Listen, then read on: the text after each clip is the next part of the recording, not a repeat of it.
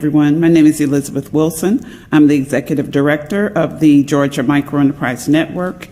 We are the management 501c3 organization on behalf of the Henry County ERAP program, and to date we have managed about $24 million in ERAP funds on behalf of Henry County.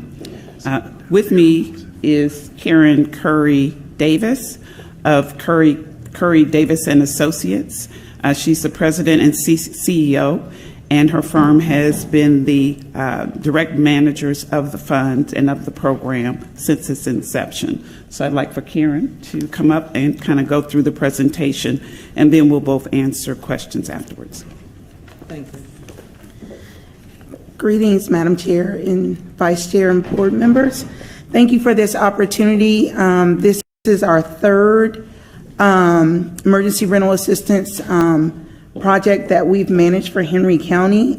We've reached almost $24 million to date with the amount of funds that have been expended. Henry County continues to lead the country as far as meeting the deadline, exceeding the deadline. ERAP 2, we finished that almost a year ahead of, over a year, 1 year and a half. Almost 2 years, because the deadline is September 2023. So we've continued to serve residents of Henry County, and really excited to report out on this last round, which was DCA reallocated funds. So those were funds that DCA requested that get allocated to Henry County, and this was our third round. In the third round, we had $13.5 million available for tenant rent, utilities, and security deposits. As of November 29th, 2022, $13,421,019.94 has been paid out. So as you see, we are very, very close to expending the funds. The deadline for these funds that were reallocated from DCA is actually December 29th. So we're actually finishing early once again on the project. The average payments per applicant came in around a little over $8,000. We've served 3,475 ERAP applications. Well, there were 3,475 applications submitted, 1,503 received payments. Reasons for non-payment could range from ineligible, no longer needing the funds, or not providing the documentation, and landlord, low participation from landlords. At this time, we have 331 pending applications in the pipeline. And so these applications are at this moment in time being held until there are decisions around new funding and, of course, the resolution on the agenda right now.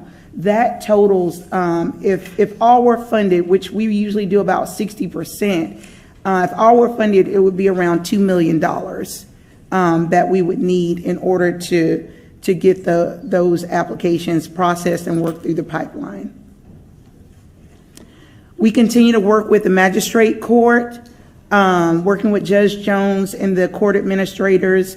We went from 1.5 person inside the court to 3 eviction specialists at the courthouse on Tuesdays and Thursdays. The court administrators provide the eviction court docket on a weekly basis.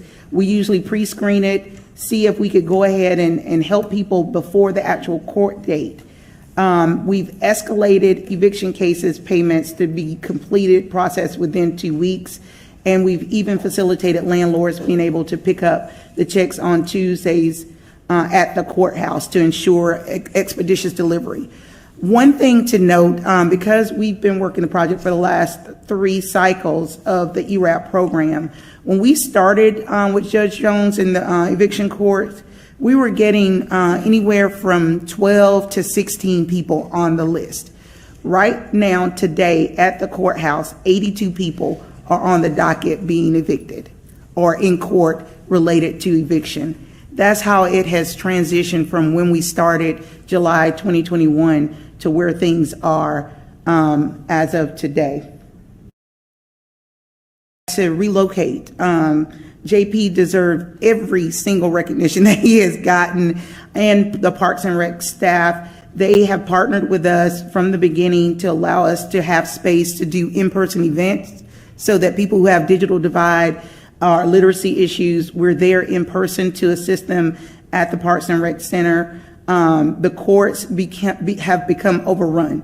They have so many people. They had us in a hallway, and the staff called, and I called JP literally that morning and asked him, can we come over to Parks and Rec? The courts, again, the numbers have come up so much that they just do not have the space for us anymore. And so JP has stepped in to allow us to use the space. We typically do the weekend events. We're now on Tuesdays, not at the court. The court administrators are sending them over to Parks and Rec to get service. To date, just in the eviction courts for ERAP 1 reallocated, 413 households have been served under the eviction prevention services to the tune of $3,388,524.78 dispersed to prevent evictions. Overall, since we began this work in July 2021, 609 households have been served, and we've done over $5 million in disbursements to prevent evictions. On average, people receiving over $8,000 in payments. I think this is indicative of the time, the inflation, rising rental rates.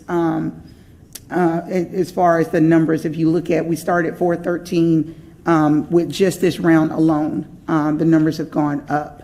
For our in-person events that we've hosted for this round at Parks and Rec, we've had 9 events and 133 applicants have attended to get in-person events, in-person assistance. This round, we've continued our partnership as well with Georgia Power, working with Danny Johnson and their community outreach team. This is a unique scenario that most utility companies don't have the bandwidth to provide, but they've been a great partner in doing direct outreach, mailers, calls, even their whole wait times for folks who are past due. They're promoting the utility and rent assistance program. So you can see the results on the screen here for all 3 rounds, ERAP 1, 2, and ERAP 1 reallocated. We've done 103,238 people for ERAP 1, 76,000 for ERAP 2, 182 people served, and then ERAP 1 reallocated. Again, the number has really jumped up. I can say as well the period of time also is very different. Those other 2 rounds we did in a shorter period almost than this round. We had a little more time, so 225,000 plus and 649 residents served with utility assistance. Due to the rise in inflation, I think one of the main things about GMIN's efforts is we pivot when we need to. There was a lot of movement around providing direct payments. Henry County, felt strongly. We do have significant attempts around fraud, and we've had to pivot around that. We have a fraud specialist. We have a team who just work to investigate cases or what have you. I apologize for the calls you get. Those are the ones who usually have the fraud issues, the ones that make the biggest noise. We've been able to, just restructure how we go about, because most facilities, hotels require a credit card. Storage places, moving companies, they all want a deposit, they want a credit card on file. And our applicants, the ones who have been evicted particularly did not have the ability to provide that. And neither did GMIN at the time.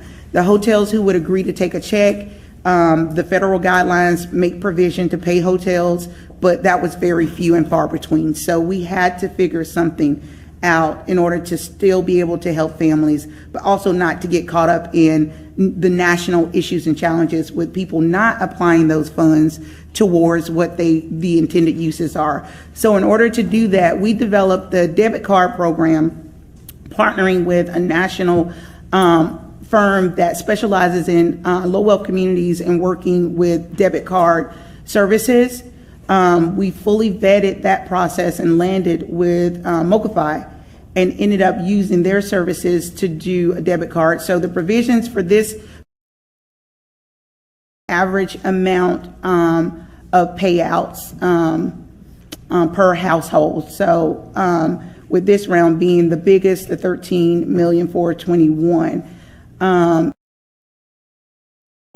ERAP 2 funds, the need is definitely here for Henry County residents, as demonstrated based on just the sheer number of evictions that we've been able to serve and prevent. From DCA. So, Madam Vice Chair, we're not to the point of my resolution yet, but I'd rather hold that question if you have any questions for Karen Curry Davis and Ms. Wilson. I would appreciate that, and then I get to my resolution. Thank you. Before you is a resolution authorizing the allocation of additional program and administrative funding in the amount of $2 million from fund balance to the Henry ERAP program while we are awaiting a response from Treasury and approving the transfer of funds in order to continue providing rental assistance in Henry County. Back in April of 2022, this board accepted the U.S. Department of Treasury's Emergency Rental Assistance Program reallocation for ERAP 1 in the amount of $15 million. You've just heard a presentation where we've fully expended that $15 million. From this ERAP Round 3, we assisted eligible renters in Henry County with payments on their eligible rental leases, especially those that were in arrears and facing eviction. We assisted with utility payments for electric, gas, and water and sewer. As of November 4th this year, the Henry ERAP portal closed so that no new applications would be accepted, because at this time we are completely out of our initial ERAP 1 reallocated funds. We still have approximately $2.6 million in payment requests remaining in our ERAP pipeline. We did not close off the portal until now because we were anticipating a fourth round of funding being made available through the ERAP 2 program. Georgia Department of Community Affairs, along with the assistance of Commissioner Nunn, they submitted an ERAP 2 reallocation request for Henry County to Treasury in October 2022 for $15 million. We have yet to receive those funds. To receive that money? I'm sorry? Do we know when we're going to receive that money? I don't know when we're going to receive it, but I anticipate it will be at least within the next month. On not transferring money out of fund balance today, they're still going to receive the money in a week or two, right? I wouldn't say a week or two. Discussion. To this agency present today, or in addition to this agency, other nonprofits in the community? First part of your question, Madam Vice Chair. The $2 million I'd like to allocate solely to GMIN, our current program administrator. Thank you. One of the things the board will have to do is accept those funds. And so at the time of acceptance, then the board can determine if you want to allocate more than the $5 million that staff is recommending. But that will be brought back to the board to accept those funds. Thank you.